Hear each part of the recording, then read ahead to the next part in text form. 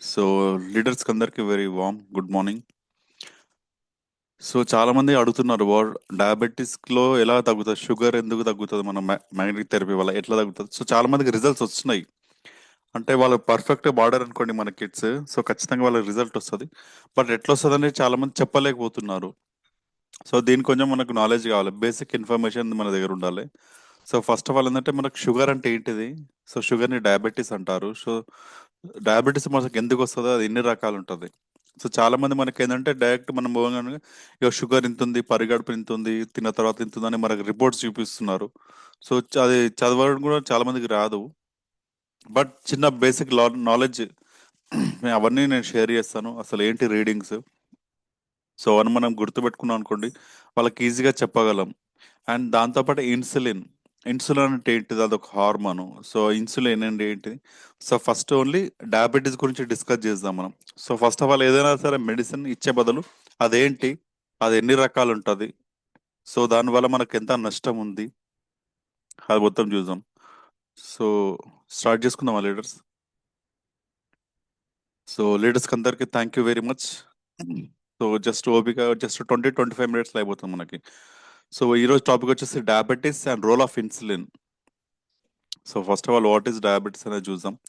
So ఇక్కడ ఏంటంటే అర్థం చేసుకునేది ఒక లివర్, పైన వచ్చి ఈసోఫాగస్, మనం తీసుకునే ఫుడ్ స్టమక్ లోకి వస్తుంది. లార్జ్ ఇంటెస్టైన్, స్మాల్ ఇంటెస్టైన్, చిన్న పేగు పెద్ద పేగు అంటాం కదా. సో మనం తీసుకునే ఫుడ్ అక్కడ వచ్చేసింది. సో ఫుడ్ వచ్చేసిన తర్వాత ఫుడ్ అబ్జర్వ్ అవుతుంది. అబ్జర్వ్ కాగానే ఏమంటారు, షుగర్ గా మారుతుంటుంది, గ్లూకోజ్ లెవెల్ పెరుగుతుంది. ఒక్కసారి మనం ఏదైనా ఆహారం తిన్నాం అనుకోండి, షుగర్ లెవెల్ ఇంక్రీజ్ అవుతుంటది. సో ఇది వచ్చేసి ఏంటంటే క్రోమ గ్రంథి, ప్యాంక్రియాస్.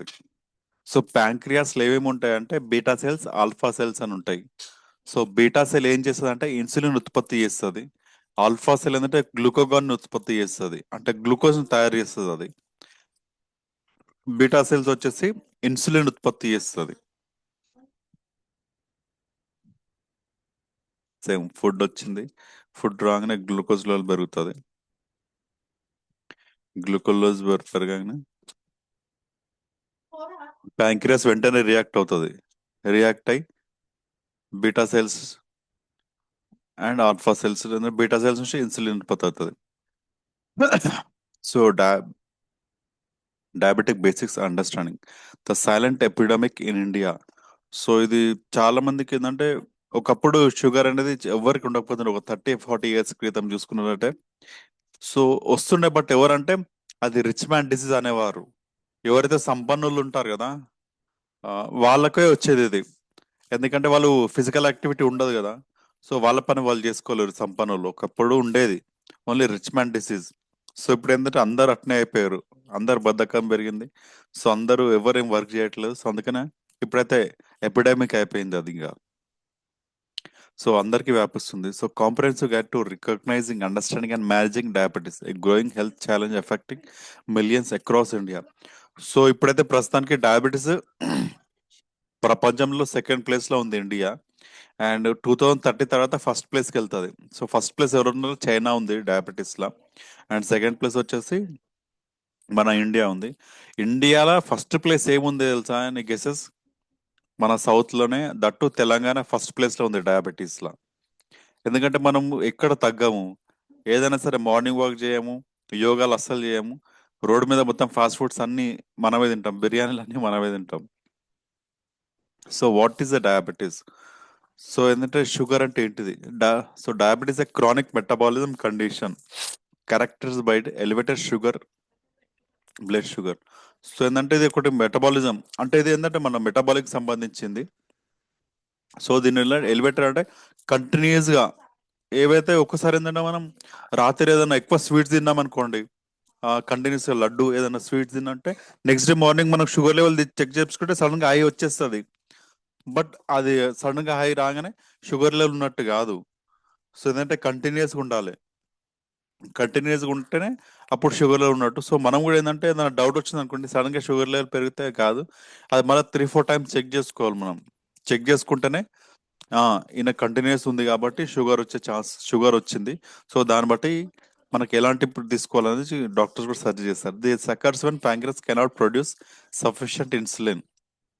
సో షుగర్ ఎందుకు బయటకు వస్తుంది అంటే, ఇంతకుముందు చూసాం కదా, మనం తిన్న ఆహారం రాగానే వెంటనే ఇన్సులిన్ స్టార్ట్ అయితే ఇన్సులిన్ ఏం చేస్తుందంటే ఆ షుగర్ని మొత్తం డిస్ట్రిబ్యూట్ చేసేస్తుంది. సో ప్రతి ఒక్క ఇల్లు ఉంటాయి కదా, ప్రతి ఒక్క ఇంట్లోకి పంపి ఆ షుగర్ని పంపించేసేయాలి. షుగర్ని పంపించాలంటే దానికి తాళం చేయి కావాలి. సో తాళం చేయి వచ్చేసి ఇన్సులిన్. సో ఇన్సులిన్ ఎవరు ఉత్పత్తి చేస్తారంటే ఇక్కడ ఉంది ఒక క్రోమ గ్రంథి. ఆ క్రోమ గ్రంథే ఇన్సులిన్ ఉత్పత్తి చేస్తుంది. సో ఇన్సులిన్ ఉంటేనే ఆ షుగర్ మొత్తం ప్రతి ఒక్కరి ఇంట్లోకి వెళ్ళిపోయి యూటిలైజ్ అయిపోతుంది రక్తంలో ఉండకుండా. సో మనకేంటంటే మన బ్లడ్ లో షుగర్ లెవెల్ ఉండొద్దు. ఉండింది అనుకోండి, సో మొత్తం అన్ని కోబార్బిడ్ కండిషన్స్కి వెళ్ళిపోతాం. సో అన్ని వచ్చేస్తాయి diseases. So insulin act as a key that unlock cell. So అంటే ప్రతి ఒక్క సెల్ని ఓపెన్ చేస్తుంది ఏది ఇన్సులిన్. ఓపెన్ చేస్తేనే షుగర్ ఎంటర్ అవుతుంది. షుగర్ ఎంటర్ అయితేనే మనకి ఎనర్జీ వస్తుంది. సో చాలా మంది ఏంటంటే గ్లూకాన్ డి తాగుతుంటారు ఎనర్జీ కోసం. So Glucon D is nothing but దాంట్లో ఏంటంటే కొన్ని సాల్ట్స్ ఉంటాయి ప్లస్ షుగర్ ఉంటుంది. అది తాగడం వల్ల మనకి ఇన్స్టెంట్ ఎనర్జీ అనేది వస్తుంది. సో ప్రతి ఒక్క సెల్కి ఎనర్జీ అందుతుంది. అది అందించాలంటే ఖచ్చితంగా ఇన్సులిన్ ఉండాల్సిందే. ఇన్సులిన్ ఉంటేనే ఈ ప్రాసెస్ మొత్తం కరెక్ట్ ఉంటుంది. ఇన్సులిన్ లేకపోయింది అనుకోండి, సో ఇది జరగదు. బ్లడ్లో షుగర్ లెవెల్ ఎక్కువవుతుంటుంది. సో ఇది చాలా సీరియస్ కాంప్లికేషన్స్ దారి తీస్తుంది. ఒక్కసారి షుగర్ వచ్చింది అనుకోండి, సో ఫస్ట్ వచ్చేది ఏంటంటే ప్రతి ఒక్క అవయవాన్ని తినేస్తుంటుంది. అది ప్రతి ఒక్క అవయవం పనిచేయకుండా అయిపోతుంది. కిడ్నీస్ కానీ, లివర్ కానీ, ఇంకా లంగ్స్ కానీ, ఈవెన్ మన న్యూరో సిస్టమ్, నర్వస్ సిస్టమ్ అంటాం కదా, సో దాని కూడా ప్రాబ్లమే. అంటే మన పుండ్లు అయితే కూడా తొందరగా మానదు షుగర్ లెవెల్ ఎక్కువైంది అనుకోని. సో దీంట్లో ఎన్ని టైప్స్ ఉంటాయంటే టోటల్ మేజర్గా 2 టైప్స్ ఉంటాయి. సో తర్వాత థర్డ్ టైప్ ఉంటుంది, డిస్కస్ చేస్తాను. సో టైప్ 1 డయాబెటీస్ అంటారు. So type 1 diabetes also knows auto immune condition where body immune system attacks and destroys insulin production beta cells in the pancreas. So ఇదేంటంటే type 1 diabetes ఏంటంటే ఇంతకుముందు discuss చేస్తాను కదా, మనం తిన్న ఆహారం వెంటనే గ్లూకోజ్గా మారుతుంది. గ్లూకోజ్గా మారగానే వెంటనే ఇన్సులిన్ వచ్చేసి దాన్ని యూటిలైజ్ చేసుకుంటుంది. అది చేపిచ్చేస్తుంది. బట్ ఇలాంటి సిచ్యువేషన్లు ఎట్లా అంటే ఇన్సులిన్ ఉత్పత్తి అవ్వదు. అంటే ఆటో ఇమ్యూన్ డిజార్డర్స్ ఉంటాయి కదా, కొందరికి డైరెక్ట్ ఆ ఇమ్యూన్ సిస్టమ్ పనిచేయదు. ఆ పని చేయకపోవడం లేదంటే క్రోమగ్రంథి ఇన్సులిన్ ఉత్పత్తి చేయదు. ఆ బీటా సెల్స్ డ్యామేజ్ అయిపోతాయి వాళ్ళకి. సో బీటా సెల్స్ డ్యామేజ్ అయిపోతే ఇన్సులిన్ ఉత్పత్తి అవ్వదు, మనకి ఇన్సులిన్ సెక్రేషనే కాదు. సో అలాంటప్పుడు ఏంటంటే డైరెక్ట్గా మనం తిన్న కొద్దీ బాడీలో గ్లూకోజ్ లెవెల్ పెరుగుతూనే ఉంటుంది, ఇక షుగర్ అంతా సర్క్యులేట్ అయితేనే ఉంటుంది. సో ఇలాంటి వాళ్ళకి ఏం చేస్తారంటే డాక్టర్స్ ఇంజెక్షన్స్ రూపంలో ఇస్తారు. ఇన్సులిన్ ఇంజెక్షన్ తీసుకుంటారు కదా, ఇట్లా థై పార్ట్లు అండ్ కడుపు సైడ్ లో పక్కల తీసుకుంటారు. సో అది ఇన్సులిన్. ఆ ఇన్సులిన్ తీసుకోవడం వల్ల ఆ షుగర్ ని రెగ్యులేషన్ చేస్తుంటది. ఇది టైప్ 1 డయాబెటీస్. సో అప్రాక్సిమేట్ ఇది ప్రపంచం మొత్తం 10% తక్కువనే ఉంటారు ఇది టైప్ 1 డయాబెటీస్. అండ్ ఇది ఎవరిలో వచ్చే ఛాన్స్ అంటే చిన్నపిల్లల్లో ఎక్కువ వస్తుంది. అంటే పుట్టినప్పుడు కావచ్చు, 8 ఇయర్స్ 10 ఇయర్స్ లోపు వచ్చేస్తుంది. ఇది ఒక్కసారి వచ్చింది అనుకోండి లైఫ్ లాంగ్ ఉంటుంది టైప్ 1 డయాబెటీస్. సో ఇది క్లియర్ కదా, టైప్ 1 డయాబెటీస్ ఏంటంటే ప్యాంక్రియాసిస్ ఇన్సులిన్ ఉత్పత్తి చేయదు ప్యాంక్రియాస్. సో షుగర్లు పెరుగుతుంది, దానివల్ల ఇన్సులిన్ బయటికి వెళ్ళి తీసుకుంటాం. సో టైప్ 2 డయాబెటీస్ ఏంటంటే the body develop a resistance to insulin and eventually the pancreas cannot produce enough to overcome its resistance. So ఇది రెసిస్టెన్స్ వర్డ్ గుర్తుపెట్టుకోండి. రెసిస్టెన్స్ ఏంటంటే నిన్న మొన్న కొన్ని ఎవరో హెల్త్ అవేర్నెస్ తీసుకున్న, రెసిస్టెన్స్ అంటే ఎక్కువ మంచిదని. రెసిస్టెన్స్ అంటే మంచి కాదు, మన శరీరానికి అలవాటు అయిపోవడం. లైక్ ఇప్పుడు ఒక పెయిన్ కిల్లర్ టాబ్లెట్స్ మనం తీసుకున్నాం ఈ రోజు, తీసుకుంటే ఆ పెయిన్ కిల్లర్ తగ్గుతుంది. అదే ఒక 1 వీక్ తీసుకుంటే మెల్లమెల్ల పెయిన్స్ తగ్గుతాయి. సో మళ్ళీ 10 రోజుల తర్వాత అదే పెయిన్కి అదే టాబ్లెట్ తీసుకున్నాం అనుకోండి, సరిపోదు. లైక్ ఏంటంటే వేప తినగా చేదు ఉండదు కదా, సేమ్ అట్నే. సో మనకి బాడీ అలవాటు అయిపోతుంది, దాన్ని రెసిస్టెన్స్ అంటారు. So body develop resistance to insulin. So ఇదేంటంటే మనం ఆహారం తింటాం, బాడీలో షుగర్ లెవెల్ పెరుగుతుంది. సో పెరిగిన తర్వాత ఏంటంటే కురంభ ఏం చేస్తుందంటే ఇన్సులిన్ ఉత్పత్తి చేస్తుంది. సో ఇన్సులిన్ ఉత్పత్తి అవుతుంది, బట్ ఆ ఇన్సులిన్ ఏంటంటే అది దాన్ని వాడుకోలేదు, దానికి రెసిస్టెన్స్ ఏర్పడుతుంది. అంటే దానికి అంత ఎనర్జీ సరిపోదు అంటే తాళం చేయి ఓపెన్ చేయడానికి. సో దానికోసం ఏం చేస్తే ఇంకా సరిపడినంత ఇన్సులిన్ ఉత్పత్తి చేయాలి. బట్ ఏంటంటే ఆ క్రోమ గ్రంథి సరిపడినంత ఇన్సులిన్ ఉత్పత్తి చేయదు. సో ఇలాంటప్పుడు ఏంటంటే టైప్ 2 డయాబెటీస్ అంటారు. సో బాడీలో షుగర్ లెవెల్ ఉంటుంది, ప్లస్ దాంతోపాటు ఇన్సులిన్ ఉంటుంది, కానీ అది ఉపయోగించుకోదు due to resistance.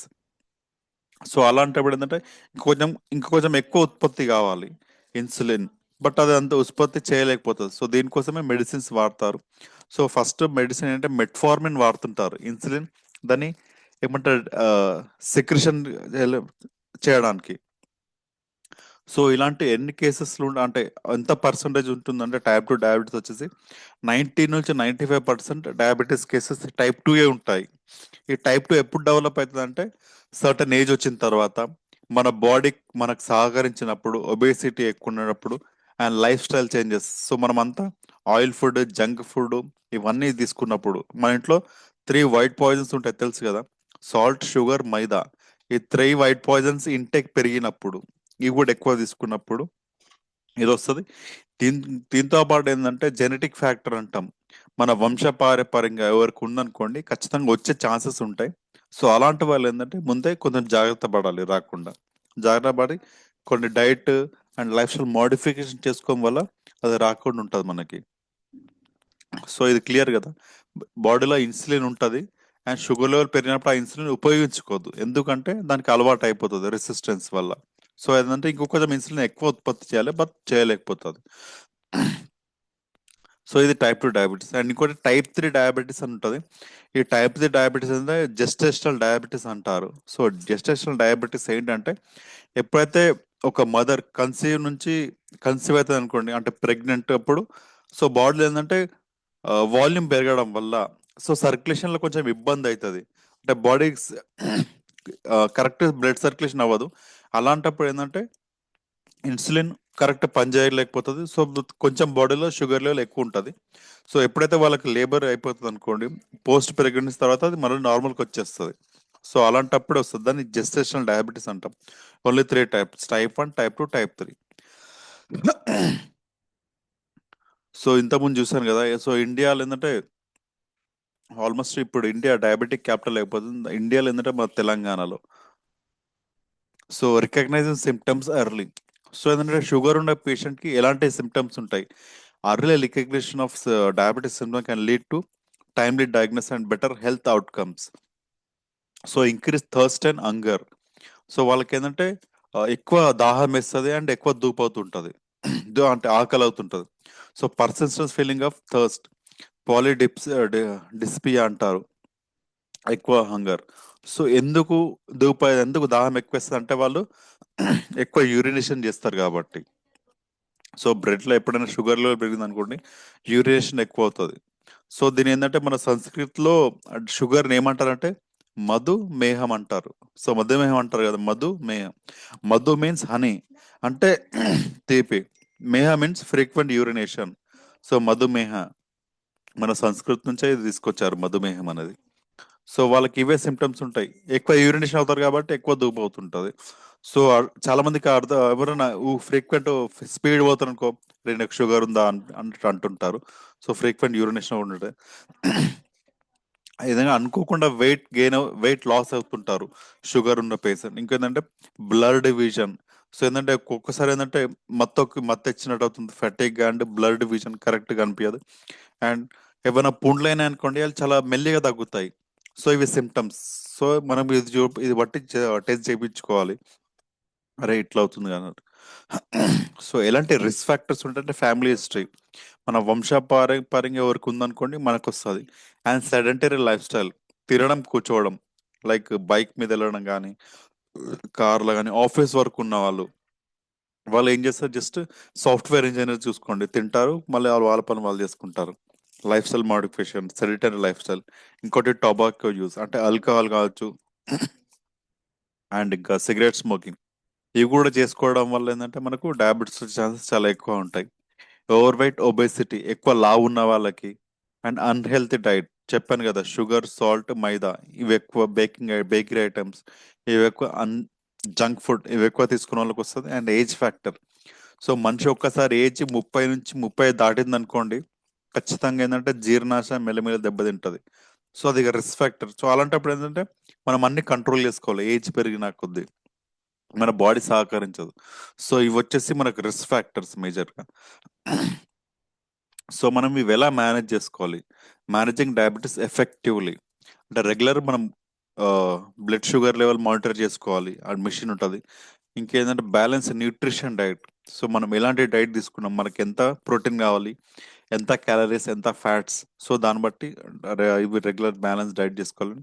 And physical activity ఖచ్చితంగా డైలీ మార్నింగ్ వాక్ అనేది ఉండాల్సిందే.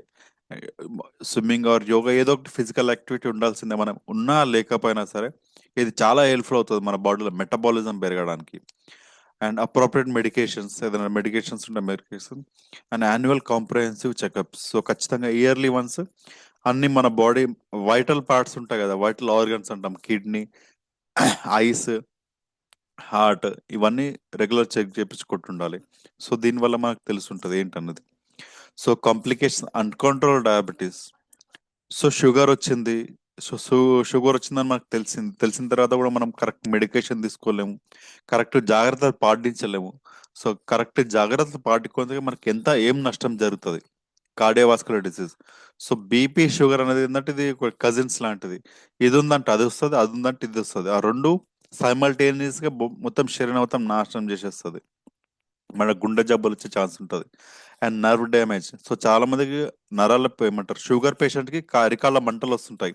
ఎందుకు వస్తాయి అంటే తిమ్మిర్లు ఎక్కువ వస్తుంటాయి, ఎక్కువ ఏమంటారు, షేకింగ్ షేకింగ్ అవుతుంది. సో ఇలాంటి వాళ్ళకి ఎందుకంటే ఆ నర్వస్ సిస్టమ్ డ్యామేజ్ అవుతుంది, న్యూరాన్ని డ్యామేజ్ చేస్తుంటది. ఈ డ్యామేజ్ చేయడం వల్ల, ఆ నర్వ్ ఫైబర్ డ్యామేజ్ అవ్వడం వల్ల ఎక్కువ పెయిన్స్ రావడం జరుగుతుంది. దాన్ని న్యూరోపతి అంటాం, డయాబెటిక్ న్యూరోపతి. అండ్ షుగర్ వచ్చిన పేషెంట్ కూడా కళ్ళు బ్లర్ కనిపిస్తుంది, విజన్ లాస్ అవుతుంది. దాన్ని రెటినోపతి అంటారు, diabetic retinopathy. And diabetic nephropathy ఉంటుంది, కిడ్నీస్ ఫెయిల్ అవుతాయి షుగర్ వచ్చిన పేషెంట్ కి. ఎక్కువ షుగర్ ఉండడం వల్ల కిడ్నీస్ కూడా ఫిల్టర్ చేయలేకపోతాయి బ్లడ్ ని.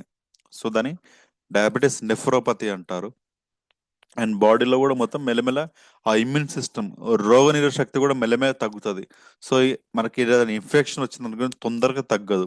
సో ఇవి అన్కంట్రోల్ డయాబెటీస్. మనం డయాబెటీస్ కంట్రోల్ చేయలేకపోతే ఈ నష్టం జరుగుతుంది మనకి. సో డయాబెటీస్ అంటే ఏంటిది?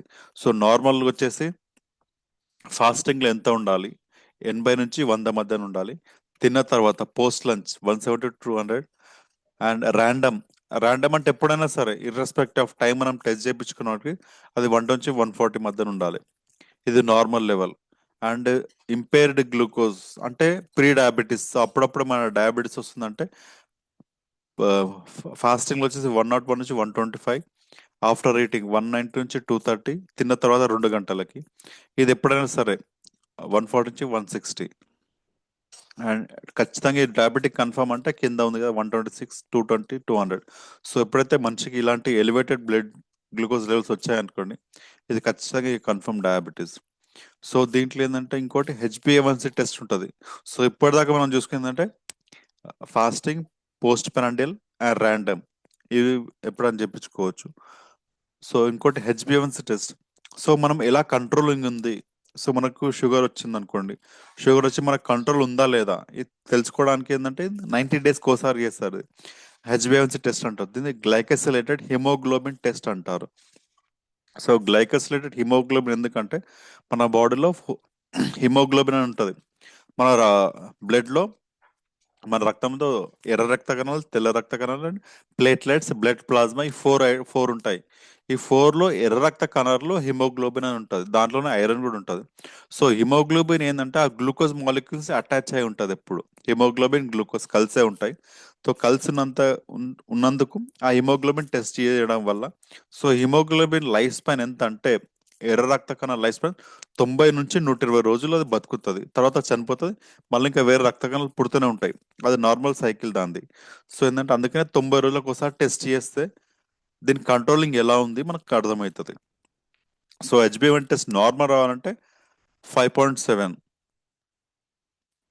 అండ్ ప్రీ డయాబెటీస్ 7 7 to 6.4 మధ్యన వచ్చింది అనుకోండి, ఇక ఫ్రీ డయాబెటీస్ వచ్చింది. 6.5 అబవ్ ఉందనుకోండి, సో ఖచ్చితంగా డయాబెటీస్ వచ్చే ఛాన్సెస్ చాలా ఎక్కువ ఉంటాయి. కంట్రోలింగ్ కూడా ఎంత అనేది మనకు తెలుస్తుంటుంది. సో ఈ మేజర్ హెచ్బివన్సీ గుర్తుపెట్టుకోండి, చాలా ఇంపార్టెంట్ మనకి. అండ్ యావరేజ్ బ్లడ్ గ్లూకోజ్ వచ్చేసి 6.5, 6.7 prediabetes, 6.5, 7, and 7.8 or above అనుకో ఇంకా ఎక్కువ ఉన్నట్టు మనకి. సో హెచ్బివన్సీ టెస్ట్ మనకి ఎలా ఉంటుంది? So proposed mechanism of action. So ఏంటి మెకానిజం అంటే మ్యాగ్నెటిక్ థెరపీ. సో ఇప్పుడు మనకు షుగర్ గురించి తెలుసుకున్నాం, అది ఎన్ని రకాలో తెలుసుకున్నాం. అండ్ అది కంట్రోలింగ్ చేసుకోవడం ఎలా, కంట్రోలింగ్ చేసుకోకపోతే మనకి ఎలాంటి నష్టం జరుగుతుందో చూసుకున్నాం.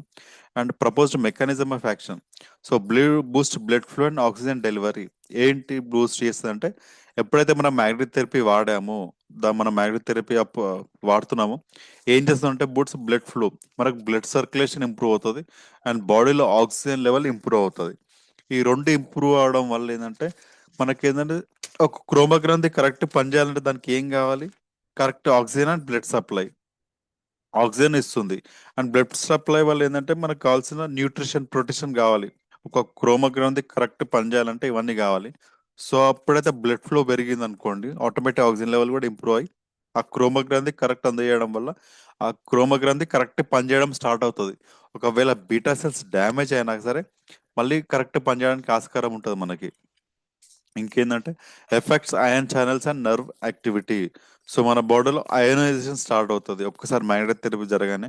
అండ్ ఎలాంటి నర్వ్స్ ఉంటాయి కదా, నర్వ్ ఇంపల్సెస్ కూడా, న్యూరో ట్రాన్స్మిషన్ ఇది కూడా కరెక్ట్ జరుగుతుంది.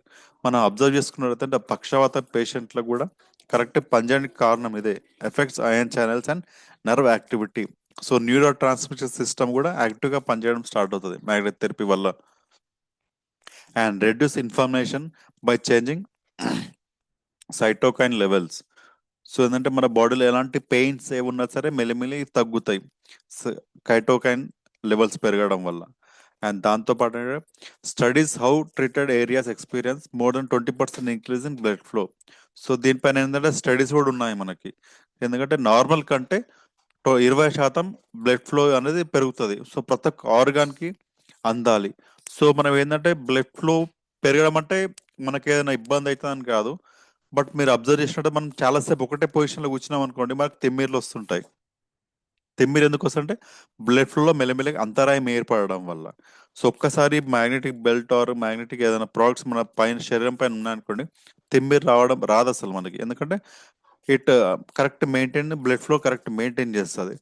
అండ్ ఇంకేంటంటే pain relief link to neutral endorphin release, natural endorphin release triggered by magnets. So ఇది కూడా పెయిన్ కిల్లర్ ఎలా తగ్గుతుంది? సో పెయిన్స్ ఎలా తగ్గుతాయి అంటే సార్, ఒక్కసారి మన బాల్ దీనిపైన పడుకున్నాము, ఈ మ్యాగ్నెటిక్ నియోడైమ్ మ్యాగ్నెట్ ప్రోడక్ట్స్ మనం వాడడం వల్ల ఏంటంటే బాడీలో బ్లడ్ సర్క్యులేషన్ ఇంక్రీజ్ అవుతుంది. సో బ్లడ్ సర్క్యులేషన్ ఇంక్రీజ్ అవ్వడం వల్ల మనకు మంచి నిద్ర లభిస్తుంది.